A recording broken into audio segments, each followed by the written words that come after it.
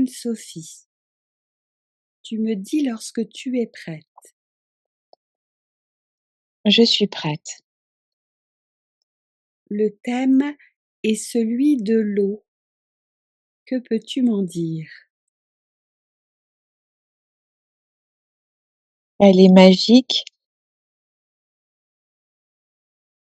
Et tu peux t'imaginer au contact de l'eau sous ses différentes formes et recevoir des images, des impressions, des messages que te procure ta supraconscience. Quand tu dis que l'eau est magique, qu'entends-tu par magique? Elle est à la fois remplie, elle est pleine et elle est vide en même temps. Elle est un miroir. Elle contient toutes les informations du vivant. Toute la vie sur Terre est imprégnée dans l'eau, ou l'eau s'en imprègne. Oui, elle est à l'origine de toute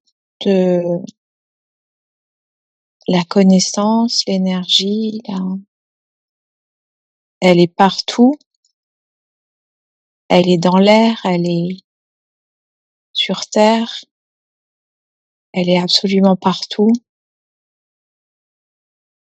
Et elle contient toute l'information nécessaire pour nous nettoyer, nous purifier, nous équilibrer. Il y a tout dans l'eau. Elle est notre nourriture première. Elle est la vie à part entière. L'eau, c'est l'amour sur Terre. Elle est extraordinaire. Et quand tu disais tout à l'heure qu'elle était à la fois pleine et vide, qu'est-ce que tu entends par vide? Parce qu'elle est pure. Elle est totalement pure. Elle est intouchable. Elle contient à la fois toutes les informations de tous les êtres vivants, donc j'imagine des informations qui sont belles et parfois moins, et en même temps, simultanément, elle parvient à garder toute sa pureté. Oui, elle véhicule la vérité, alors on peut interagir avec elle, mais elle est intouchable en vérité. On peut pas la salir parce qu'elle s'auto-régénère en permanence et qu'elle est l'origine de tout. Elle est intouchable. Oui, donc elle a une puissance extraordinaire. Extraordinaire. Elle peut tout faire. Elle est partout. Elle peut aller partout.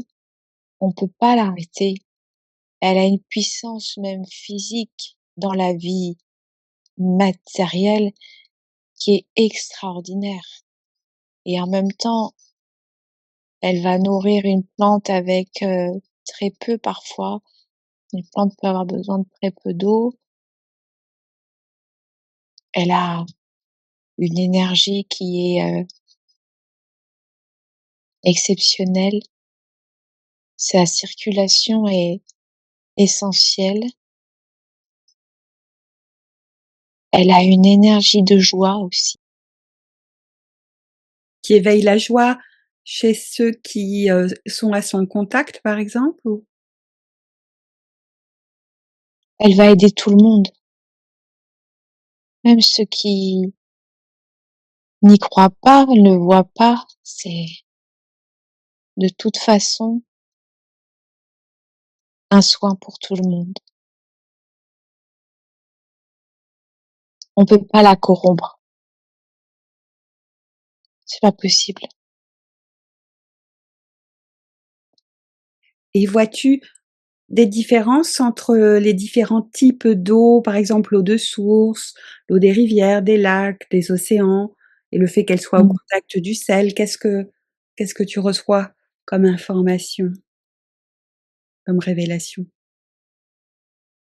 Ce sont des énergies différentes. L'eau du lac, elle est douce et elle bouge peu. Elle va apporter la paix. L'eau de la mer, elle est en mouvement, remplie de sel et elle va être puissante pour régénérer. Et l'eau de la rivière, elle est comme un soin entre les 2. Elle fait à la fois, elle est douce et en même temps, elle a la puissance du mouvement. C'est quelque chose de très doux. C'est plus profond comme soin. La mer, c'est un soin du corps. La rivière, c'est un soin qui est plus profond.